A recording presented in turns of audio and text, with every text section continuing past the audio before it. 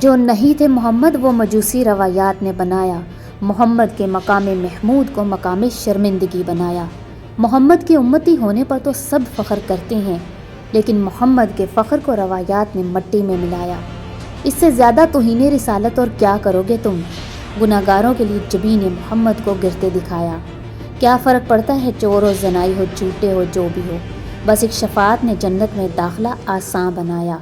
شیعہ سنی بریلوی دیوبند سبھی تو جنت میں جائیں گے۔ اللہ کے خلاف رسول کو گناہگار کی حمایت میں کھڑا دکھایا۔ حبل الہی چھوڑ کر روایتی شفاعت کو ڈھال بنایا۔ جو نہیں تھے محمد وہ مجوسی روایات نے بنایا۔ بسم اللہ الرحمن الرحیم۔ السلام علیکم ورحمۃ اللہ وبرکاتہ۔ ایک اور جھوٹ، ایک اور سازش، ایک اور حملہ، ایک اور ضرب، ایک اور دھوکہ اور ایک اور زنگ۔ بہت سے زنگ دھونے کی ہم کوشش تو کر رہے ہیں، لیکن اس زنگ کو دھونا بھی آسان نہیں تھا، کیونکہ اس کا تعلق بھی کفر اور ایمان سے ہے۔ اور سب سے بڑھ کر پورے قرآن میں کہیں کوئی آیت موجود نہیں کہ قیامت کے دن خصوصی طور پر نبی کو شفاعت کے منصب پر فائز کیا جائے گا اور امت کو جہنم سے نکالا جائے گا۔ اللہ نے اپنے سوا کسی کو شفیع نہیں کہا اور نہ یوم قیامہ کو یوم شفاعت کا نام دیا۔ یوم حق اور یوم المشہود ضرور کہا گیا ہے۔ اب آخر قرآن میں لفظ شفاعت ہے کیا؟ یہ میں آگے چل کر آپ کو بتاؤں گی، لیکن سب سے بڑا مسئلہ یہ ہے کہ ہر جھوٹی بات کو نبی کا نام لے لے کر دین میں دھوکہ دیتے ہیں، جس سے فیصلہ کرنا اور بھی زیادہ مشکل ہو جاتا ہے، کیونکہ بات عقیدت پر آ جاتی ہے، اور اسی عقیدت کا فائدہ اٹھاتے ہوئے محمد کے نام کو غلط استعمال کیا جاتا ہے۔ قرآن کا رسول اور روایات کا رسول دو الگ الگ پرسنالٹیز بن کر ہمارے سامنے آتی ہیں، اور دونوں میں اتنا فرق ہے جیسے نور و ظلمات، نیکی اور بدی، حق و باطل اور خیر و شر میں فرق ہے۔ نہیں یقین آتا نا تو آئیں، یقین دلانے کے لیے ہی تو ہم نے یہ جرأت مندانہ قدم اٹھایا ہے۔ لیکن اس سے پہلے آپ شفاعت پر بریلوی، دیوبند، اہل حدیث، سنی، شیعہ، علمی کتابی، مسلم سب کے بیانات سن لیجئے۔ ہمارا کسی سے کوئی تعصب نہیں ہے۔ ان کی شفاعت پر چھوٹے چھوٹے کلپ میں یہاں پہ ڈال سکتی ہوں، لیکن میں یہ چاہتی ہوں کہ آپ خود ان کی ویڈیوز دیکھیں اور مکمل دیکھیں اور سنیں، اور اس سے ہوگا یہ کہ آپ ان کے منہوں سے شفاعت پر ایسی ایسی احادیث سنیں گے جو اللہ اور اس کے رسول سے کھلم کھلا اعلان جنگ ہیں اور قرآن کے سراسر خلاف ہیں۔ اس کے بعد یہ ویڈیو دیکھیے گا، میں نے آیت بتانی ہے اور آپ نے قرآن کھولنا ہے، اور فیصلہ آپ خود کیجئے گا کہ اصلی اور نقلی رسول کی اس جنگ میں حق پر کون ہے۔ شفاعت کے عقیدے پر جھوٹ کا پردہ یہیں پر چاک ہو جائے گا۔ نمبر 1، روایت کے رسول کا کہنا ہے کہ میں گناہوں میں لتڑے کبیرہ گناہ کرنے والوں کی شفاعت کروں گا اور جہنم سے اپنے ایک ایک امتی کو، بھلے وہ گناہ گار ہے، اس نے ساری زندگی گناہوں میں گزار دی، لیکن اس کو بھی جہنم سے نکالوں گا۔ لیکن قرآن کے رسول کا کہنا ہے کہ میں تو اس کو بچا ہی نہیں سکتا جس پر کلمہ عذاب ثابت ہو چکا ہے۔ وَيَوْمَ تَقُومُ السَّاعَةُ يُبْلِسُ الْمُجْرِمُونَ، حقیقت ہے کہ جس دن قیامت برپا ہوگی گناہ گار اس دن مایوس ہوں گے اور کوئی بھی ان کا شفاعت کرنے والا نہیں ہوگا۔ یہ کیسا رسول ہے کہ جو قرآن کی آیت کے خلاف جا کر گناہ گاروں کی شفاعت کر رہا ہے؟ یہ قرآن کا رسول نہیں ہو سکتا۔ نمبر 2، روایت کے رسول کا کہنا ہے کہ جو شفاعت کا منکر ہے وہ کافر ہے، جبکہ قرآن کے رسول کا کہنا ہے کہ وَمَن لَّمْ يَحْكُم بِمَا أَنزَلَ اللَّهُ فَأُولَٰئِكَ هُمُ الْكَافِرُونَ، کہ جو اللہ کی کتاب قرآن کے مطابق فیصلہ نہیں کرتا وہ کافر ہے۔ نمبر 3، روایات کے رسول کا کہنا ہے کہ میں نے اپنی امت کے لیے شفاعت کو منتخب کیا ہے۔ اب میری امت کا کوئی بھی فرد بھلے شدید گناہوں کا مرتکب ہو، لیکن میں اس کو جہنم سے نکال کر جنت میں لاؤں گا۔ دوسری جانب قرآن کے رسول کا کہنا یہ ہے وَأَنَا بَرِيءٌ مِّمَّا تُجْرِمُونَ، میں بری ہوں اس سے جو تم گناہ کرتے ہو۔ میرے لیے میرے عمل، تمہارے لیے تمہارے عمل، تم بری ہو اس سے جو میں عمل کرتا ہوں اور میں بری ہوں اس سے جو تم عمل کرتے ہو۔ نمبر 4، روایات کے رسول کا کہنا ہے کہ قیامت والے دن شفاعت کا یہ منظر ہوگا کہ سب لوگ میرے پاس شفاعت کروانے کے لیے آئیں گے۔ اللہ مجھے شفاعت کا اذن سب سے پہلے دیں گے۔ حوض کوثر، میزان عمل اور پل اسرات پر لوگوں کی شفاعت کی جا رہی ہوگی۔ ملائکہ کی زیادتی کو دکھایا جا رہا ہوگا اور اللہ کے فیصلے کو کاغذ کے ایک ٹکڑے پر لکھے ایک درود سے غلط ثابت کیا جائے گا، نعوذ باللہ۔ اور جہنمی کے اعتراف کے باوجود بھی اس کو شفاعت سے جنت میں لے جایا جائے گا۔ لیکن قرآن کے رسول کا کہنا ہے قُلْ مَا كُنْتُ بِدْعًا مِّنَ الرُّسُلِ وَمَا أَدْرِ مَا يُفْعَلُ بِي وَلَا بِكُمْ إِنْ أَتَّبِعُ إِلَّا مَا يُوحَىٰ إِلَيَّ وَمَا أَنَا إِلَّا نَذِيرٌ مُّبِينٌ۔ اے نبی، ان کو بتا دیجئے کہ میں کوئی انوکھا رسول نہیں ہوں، نہ تو مجھے یہ معلوم ہے کہ میرے ساتھ کیا ہوگا اور نہ ہی مجھے اس بات کی خبر ہے کہ تمہارے ساتھ کیا کیا جائے گا۔ میں تو صرف اس کی پیروی کرتا ہوں جو میری طرف وحی کیا جاتا ہے، یعنی قرآن۔ میں قرآن کے پیچھے چلتا ہوں اور میں تو صرف علی الاعلان آگاہ کر دینے والا ہوں۔ اب ایک اور بہت ہی زبردست آیت قرآن کھول لیجئے تاکہ آپ پر روایت اور قرآن کے رسول کا فرق واضح ہو جائے۔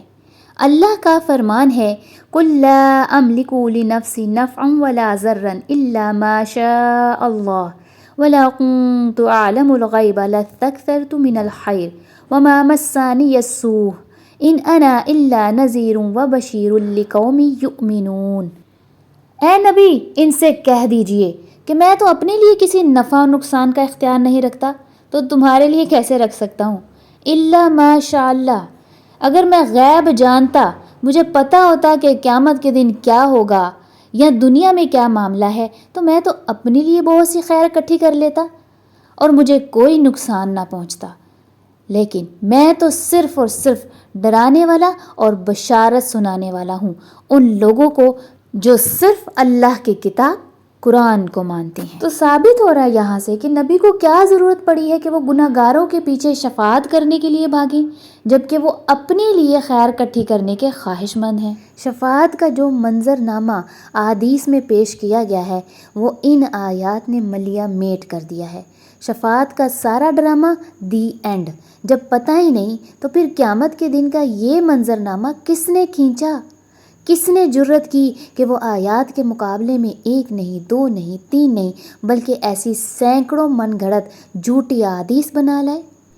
یہ ہے وہ لہو الحدیث جس کے بارے اللہ کا فرمان ہے لِيُضِلَّ عَن سَبِيلِ اللَّهِ بِغَيْرِ علم۔ یہ چاہتے ہیں کہ تمہیں اللہ کی راہ سے بغیر علم کے گمراہ کر دیں۔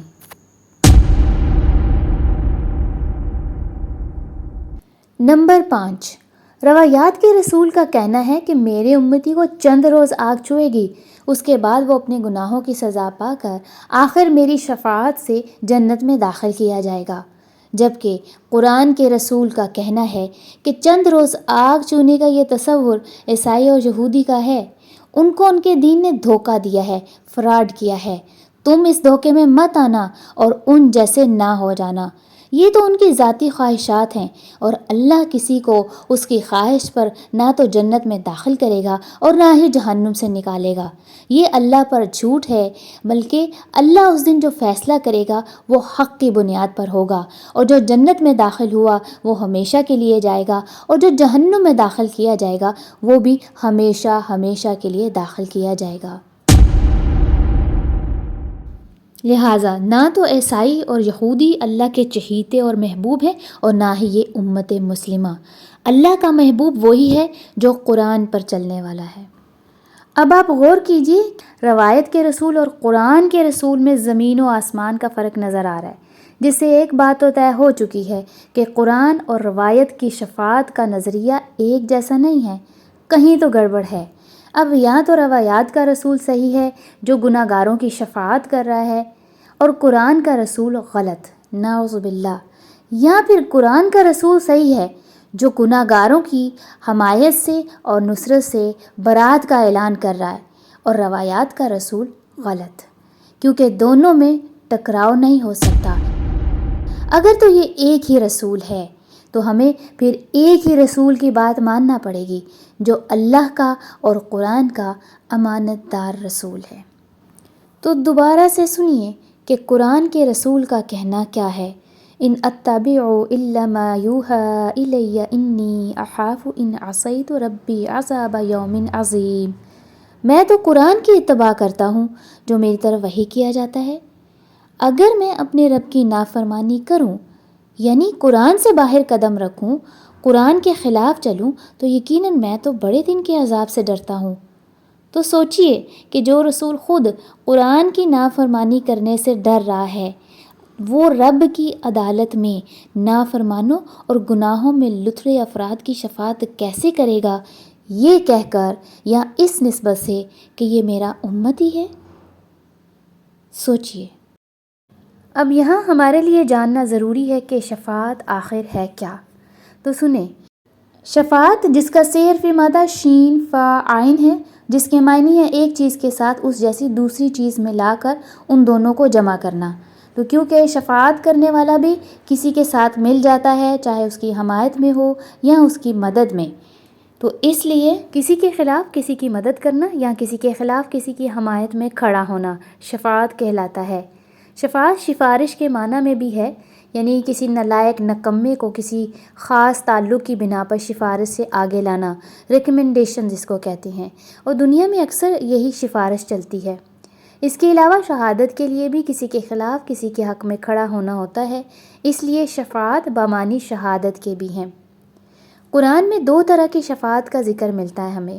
نمبر ایک، وہ شفاعت جس کا مکمل رد اور انکار کیا گیا ہے، اور نمبر دو، شفاعت بِإِذْنِ اللہ۔ اب ان میں سے پہلی شفاعت جس کا انکار کیا گیا ہے اس کو شفاعت سیئہ، اور دوسری شفاعت جو بِإِذْنِ اللہ ہے اس کو شفاعت حسنہ کا نام دیں تو غلط نہیں ہوگا۔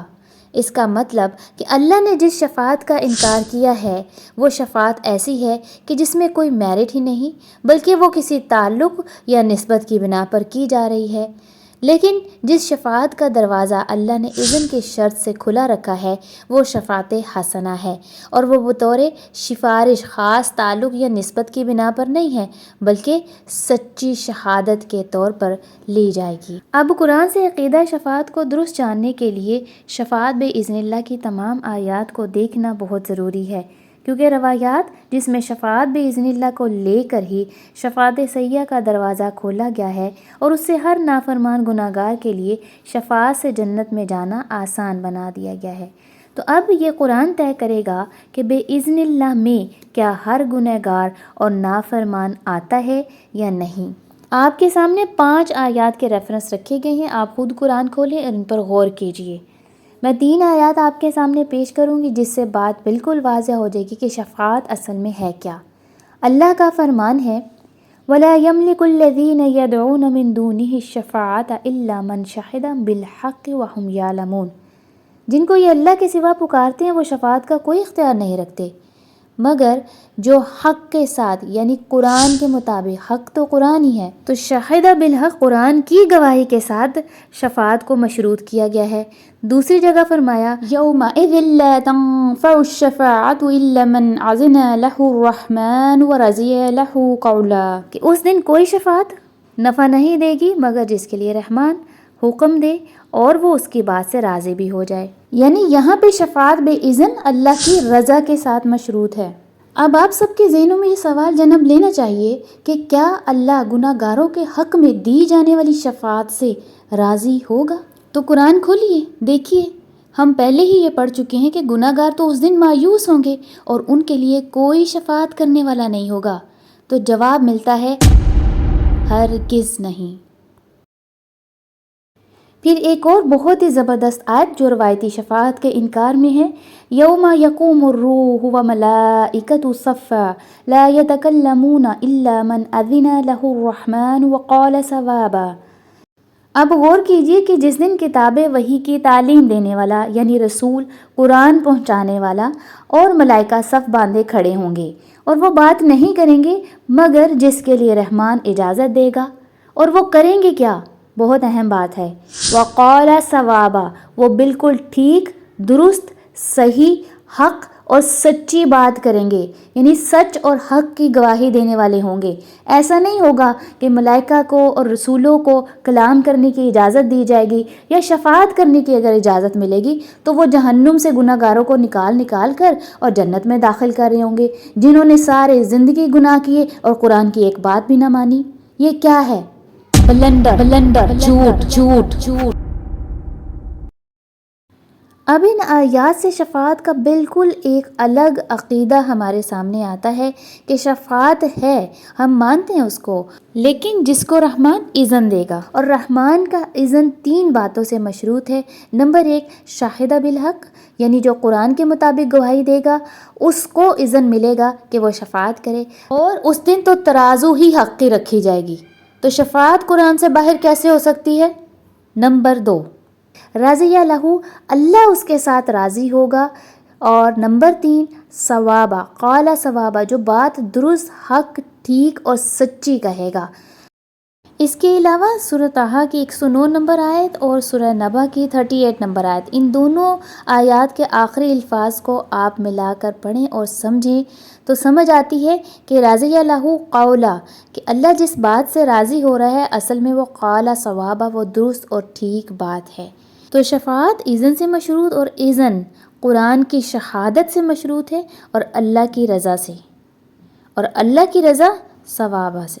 شہادت بالحق یعنی قرآن کے مطابق شہادت، تو جیسے کہ اللہ تعالیٰ کا فرمان بھی ہے کہ قیامت کے دن رسول کہے گا یا ربی انا قوم اتخذوا ھذا القرآن مہجورا، کہ اے میرے رب میری اس قوم نے تو قرآن کو چھوڑ رکھا تھا، تو لہٰذا یہ جہنم میں جاتی ہے تو جائے۔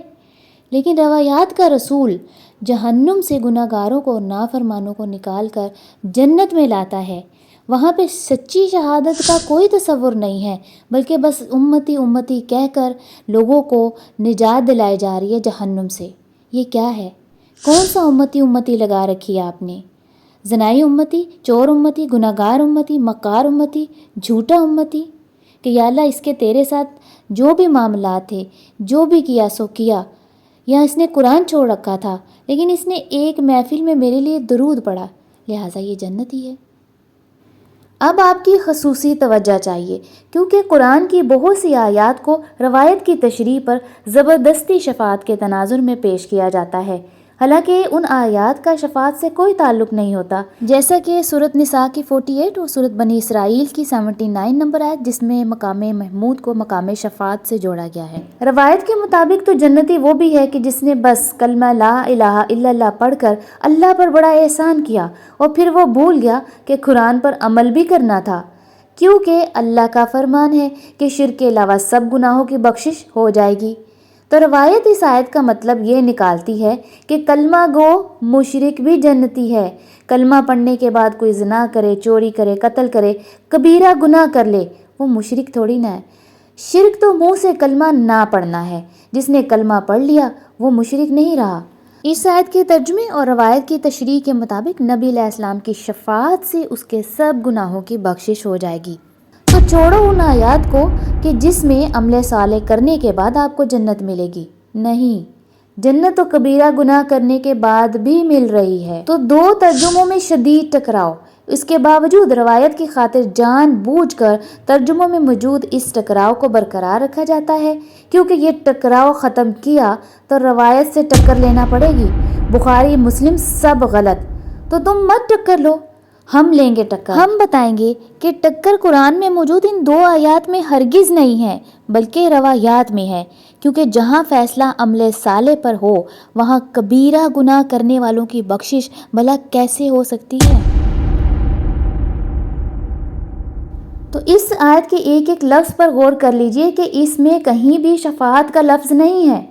تو اس کو کہتے ہیں دھونس اور زبردستی، کہ اپنی من پسند روایات اور کتابوں سے اللہ کی بات کو غلط ثابت کرنا۔ تو نعوذ باللہ اس آیت میں شفاعت کے ذریعے کبیرہ گناہ کرنے والوں کی شفاعت کی بات نہیں ہو رہی ہے، بلکہ اللہ واضح طور پر مومن کو اس کی اصلاح کی جانب ہدایت دیتے ہیں کہ ان اللہ لا یغفر ان یشرک بہ ویغفر ما دون ذلک لمن یشاء ومن یشرک باللہ فقد افتری اثما عظیما۔ تو غفرہ جو کہ اصلاح کے معنی میں بھی آتا ہے، اللہ کا فرمان ہے، یقیناً اللہ اپنے ساتھ شرک کرنے والوں کی اصلاح نہیں کرتا۔ کیسا شرک؟ ولا یشرک فی حکمہ احدا ولا یشرک فی عبادتہ احدا، اللہ کے ذات، اس کے عبادت میں، اس کی نوکری میں اور اس کے حکم میں جو کہ قرآن ہے ہمارے لیے، اس میں کسی کو شریک مت ٹھہراؤ۔ لیکن اگر کسی کا اللہ اور اس کے حکم قرآن کے علاوہ کسی کی جانب بھی جھکاؤ ہوگا تو وہ شرک کہلائے گا اور شرک کرنے والے کی اصلاح نہیں ہے۔ آگے فرمایا اور شرک کے سوا اس کی اصلاح کرے گا جو اصلاح کرنا چاہے گا، اور جو اللہ کے ساتھ شریک ٹھہراتا ہے پس یقیناً اس نے گناہ عظیم کی افترا کی ہے، اور دوسری جگہ فرمایا کہ وہ دور کی گمراہی میں جا پڑا ہے۔ یعنی حد ہے جہالت کی۔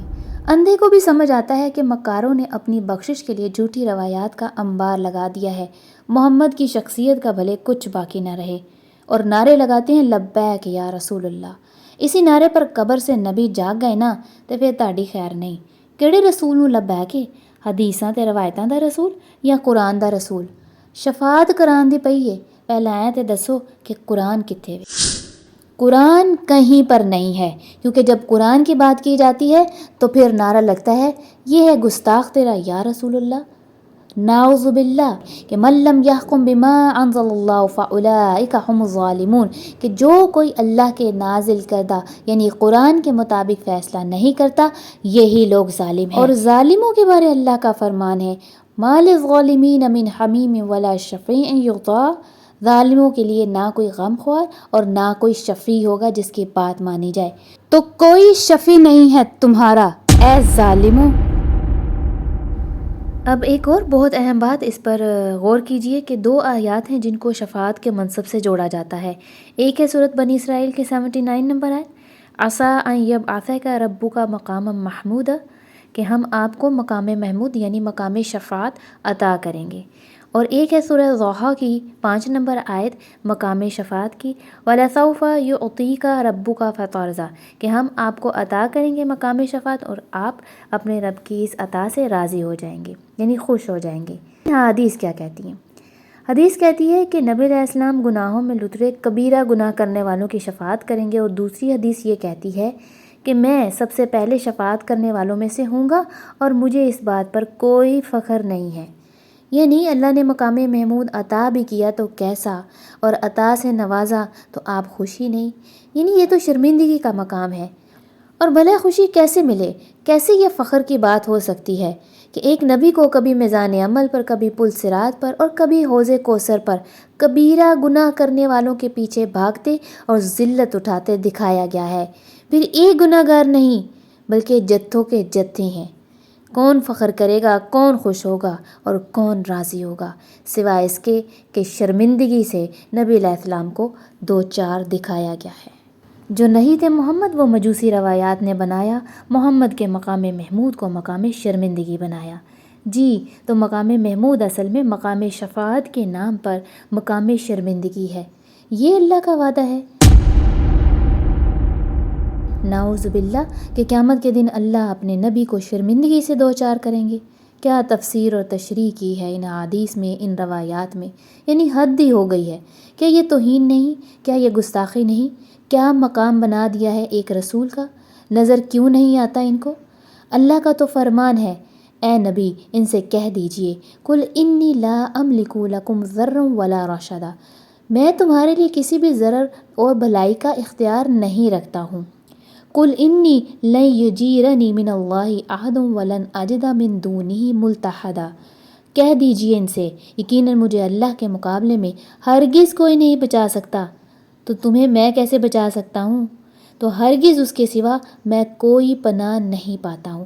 اب غور کیجئے کہ ان آیات کے بعد نبی علیہ السلام گناہ گاروں کے شفیع کیسے بن گئے؟ لیکن یہ کہتے ہیں یقولون ہؤلاء شفعاؤنا عند اللہ، کہ یہ لوگ ہمارے اللہ کے ہاں سفارشی ہوں گے۔ نبیوں کو بھی شفاعت دی جائے گی، علماء کو بھی، مومنین کو بھی، ملائکہ کو بھی، شہداء کو بھی، فقراء، اولیاء، حجاج، حفاظ، نابالغ اور پتہ نہیں کون کون سے لوگ۔ اور روایات میں یہاں تک لکھا ہے کہ میں اپنی امت کے لیے شفاعت کرتا ہی رہوں گا حتیٰ کہ میرا رب مجھے ندا دے کر پوچھے گا اے محمد کیا آپ راضی ہو گئے ہیں؟ تو میں عرض کروں گا جی میں راضی ہو گیا۔ بس اللہ کو اپنی جھوٹی روایات سے مت بتاؤ کہ شفاعت کرنے والا کون ہے۔ قُلْ أَتُنَبِّئُونَ اللَّهَ بِمَا لَا يَعْلَمُ فِي السَّمَاوَاتِ وَلَا فِي الْأَرْضِ سُبْحَانَهُ وَتَعَالَىٰ عَمَّا يُشْرِكُونَ۔ ان سے کہہ دو، کیا شفاعت کرنے والوں کی خبر تم اللہ کو دیتے ہو؟ کیا وہ زمین اور آسمان میں کچھ نہیں جانتا؟ اگر ایسا کوئی نام ہوتا تو اللہ تعالیٰ قرآن میں خود بتا دیتے۔ ایک نام بھی ایسا نہیں ہے، کیونکہ وہ ذات سبحان ہے اس شرک سے جو تم شفاعت کا شرک اس کے ساتھ کرتے ہو۔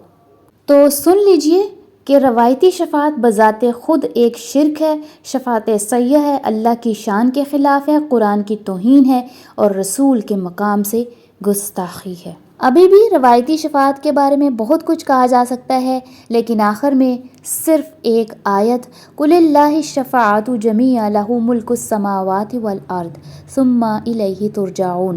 ان سے کہہ دو کہ اللہ ہی کے لیے ہے ساری کی ساری شفاعت اور اسی کے لیے اختیار ہے زمین و آسمان میں، اور تم اسی کی طرف لوٹ کر جاؤ گے۔ تو بخاری، مسلم، ترمذی، ابن ماجہ، سنن نسائی، ابو داؤد، امام جعفر، شیعہ سنی تمام روایات کو چھوڑ دیجئے، صرف اللہ کی آیات کو پکڑیں۔ ابھی بھی وقت ہے عقیدہ شفاعت کو سیہ سے حسنہ میں بدلنے کا، روایات کو آیات سے اور نقلی رسول کو اصلی رسول سے بدلنے کا۔